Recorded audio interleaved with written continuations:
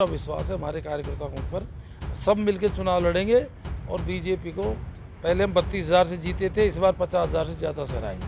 तो चुनाव में आपने कहा कि प्रधानमंत्री नरेंद्र मोदी मेरे लिए लकी हैं, क्या अब की बार भी घेरेंगे क्या वापस? नहीं, ऐसा मोदी जी हो सकता है यदि आ जाए यहाँ पे तो 10-5,000 वोट तो बढ़ ही जाएंगे हमारे। जिस तरह से उन्होंने जाति विशेष का 28% ट्रांसफर एक साथ कर दिया, वो तो अच्छा हुआ। समय रहते सुधर गए। थोड़ा बहुत सारा रहेगा, नहीं सब पता लग जाता चुनाव में। मैं करोड़लाल जी क्षेत्र में रहता हूँ, जिम्मेदारी बनती है कि किसी के साथ अत्याचार नहीं होना चाहिए।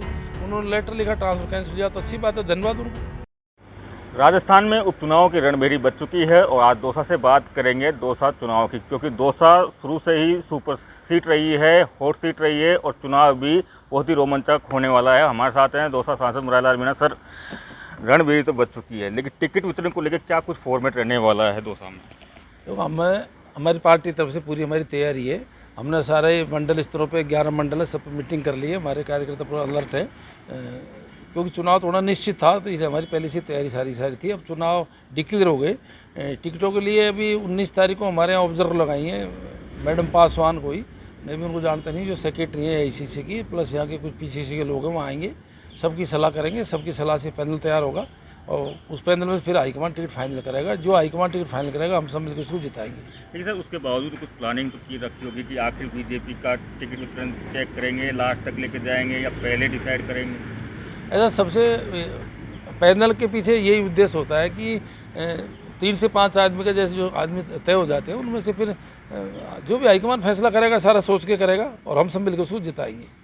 कहा यह जाता है कि जैसे आप कई बार जवाब देते देते रुक जाते हैं, फिर सोच के जवाब देते हैं, तो कहीं ना कुछ तो प्लानिंग होगी सर टिकट वितरण को लेकर। प्लानिंग ये है मेरी कि सारे कार्यकर्ताओं की सलाह से मिल बैठ करके सबकी सहमति जिसमें ज़्यादा होगी उसका पैनल बनाएंगे और उसमें से हाईकमान तय करेगा। क्या बीजेपी जिस तरीके से राजनीतिक जो समीकरण सेट करेगी, क्या उसके बारे में सोचेगी? उसी बात बीजेपी कोई भी समीकरण सेट कर लो, 10 महीने में जिस तरह से उनकी कार्यप्रणाली रही है, जिस तरह से उन्होंने हमारी योजनाओं को बंद किया है, जिस तरह से हमारे वो गरीब तबके के लोगों को प्रताड़ित कर रहे हैं, उन्होंने हमारी अच्छी स्कीमों को बंद किया है, विकास कामों को रोका है। 100% कांग्रेस का प्रत्याशी जीतेगा, उनकी सारी योजना फेल होंगी। नहीं, उसके बावजूद कोई ऐसे मुद्दे हैं, क्योंकि पिछली बार लोकसभा में आपने ST/SC रिजर्वेशन की भी बात की थी और ये काफ़ी इफेक्टेड भी रहा था। जो लोकसभा के मुद्दे हैं वो सारे मुद्दे आज भी जिंदे हैं। हमने ये एक इनडायरेक्ट तरीके से, डायरेक्ट नहीं करके इनडायरेक्ट तरीके से धीरे धीरे सरकारी नौकरियों को ख़त्म कर रहे हैं। और सबसे ज़्यादा सरकारी नौकरियों की ज़रूरत गरीब आदमियों को होती है। जैसे इन्होंने पब्लिक सेक्टर जो होते हैं देश में, उनका ये धीरे धीरे बेच रहे हैं प्राइवेटों को, सरकारी नौकरी ख़त्म कर रहे हैं।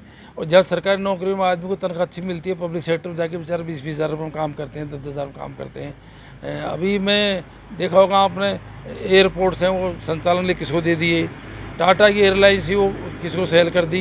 एक तरह से इंडायरेक्ट आरक्षण खत्म करना ही है। ये मुद्दे सब जिंदे हैं। विधानसभा चुनाव में जो परिणाम आए थे, उसके बाद में उपचुनाव है, कितना महत्वपूर्ण हो जाता है आप लोगों के लिए? दौसा का चुनाव महत्वपूर्ण हमेशा ही रहता है। हमेशा ऐसी सीट है जिसको सभी महत्वपूर्ण सीट मानते हैं। लेकिन मुझे पूरा विश्वास है हमारे कार्यकर्ताओं के ऊपर।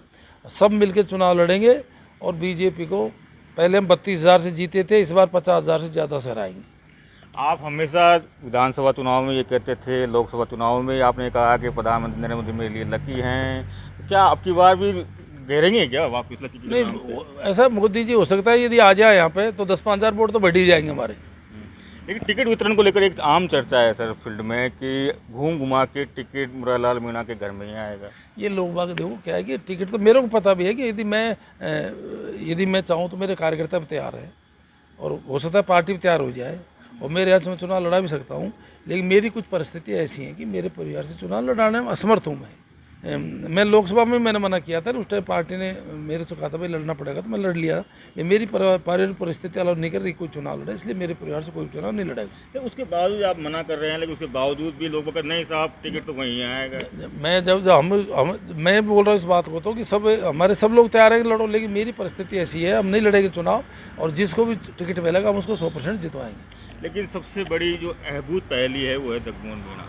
लोकसभा चुनाव में भी उनका नाम चला था, अब की बार भी दोनों पार्टियों की तरफ से नाम चला है, कभी कांग्रेस कभी बीजेपी, क्या कुछ चल रहा है जगमोहन? देखो, हम दूसरी पार्टी के बारे में बात नहीं करते। हम तो ये कहते हैं कि चाहे बीजेपी किसी को भी टिकट दे, हम मजबूती से चुनाव लड़ेंगे और बीजेपी को हराएंगे। लेकिन क्या सर फिर भी इंतजार करेगी कि कांग्रेस बीजेपी के टिकट में अगर हमारी जगमोहन का नाम नहीं आता हमारी तो? तैयारी पूरी है।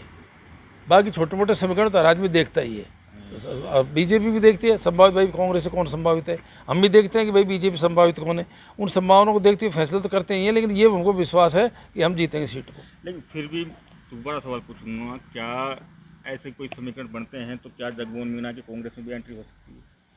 तो मेरे हिसाब से तो मैं नहीं समझता कि कोई कांग्रेस में कहीं किसी के संपर्क सूत्र हों, और मेरी नॉलेज में नहीं है ये मामला, और मेरे हिसाब से ऐसा कुछ है भी नहीं। लेकिन दूसरी तरफ करोड़लाल मीणा के ऊपर बड़ा सवाल है, क्योंकि फिर से उनको बड़ी जिम्मेदारी दी गई है, ऐसी चर्चाएं हैं, और मंत्री पद से भी इस्तीफा देके बैठे हुए हैं वो। पूर्व में मैंने बोला था करोड़लाल जी बीजेपी के बड़े नेता हैं और पूर्वी राजस्थान में उनका जनाधार है, लेकिन वो उनके हिसाब से राजनीति करते हैं, हम हमारे हिसाब से राजनीति करते हैं। हम कांग्रेस विचारधारा का आदमी, वो बीजेपी विचारधारा के, और ये आदमी की जिम्मेदारी बनती है कि अपनी अपनी विचारधारा को मजबूती से रखें। हम हमारी विचारधारा को मजबूती से रख रहे हैं, वो उनकी विचारधारा कर रहे हैं, काम अपना अपना काम करेंगे। मैं कैसे तो जीतेंगे हम।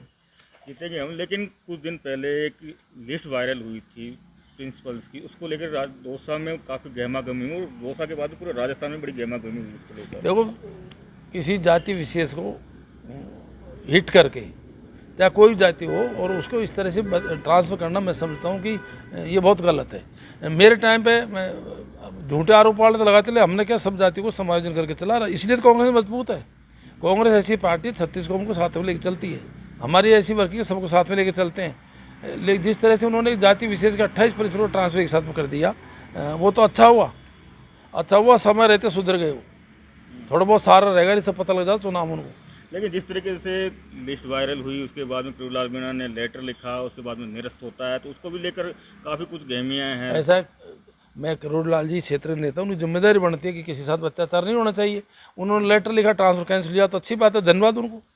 लेकिन सर लोकसभा चुनाव में सुपर सीट थी दौसा, और अब की बार उपचुनाव हैं भले ही, लेकिन उसके बावजूद भी सबकी नज़रें दौसा पर टिकी हुई है। मैं बताऊँ, दौसा ऐसी राजनीतिक क्षेत्र रहा है, यहाँ पे स्वर्गीय पंडित नवल किशोर जी शर्मा, राजेश पाटिल शर्मा, रामकर्ण जोशी, सचिन पायलट, यहाँ धुरंधर नेता रहे। ये सीट शुरू से और सीट रही है। अभी ये राजस्थान में कांग्रेस में नंबर 1 पे सीट जीती है। ये इसे सीट का महत्व ही दौसा है। स्टार प्रचारक कौन कौन रहने वाला है चुनाव में? हमारे जैसे सारे स्टार प्रचारक हैं यहाँ पे। सचिन पायलट का प्रभाव है, सो गहलोत भी आएंगे, डोटासरा भी आएंगे, मैं भी यहाँ से सांसद हूँ, और बाकी सबसे बड़े स्टार प्रचारक हमारे कार्यकर्ता हैं जो काम करेंगे। बहुत धन्यवाद बातचीत करने के लिए। तो ये थे दौसा सांसद करोड़लाल मीणा, जिन्होंने चुनावों को लेकर राजस्थान तक से खास बातचीत की है। संदीप मीणा, दौसा, राजस्थान तक।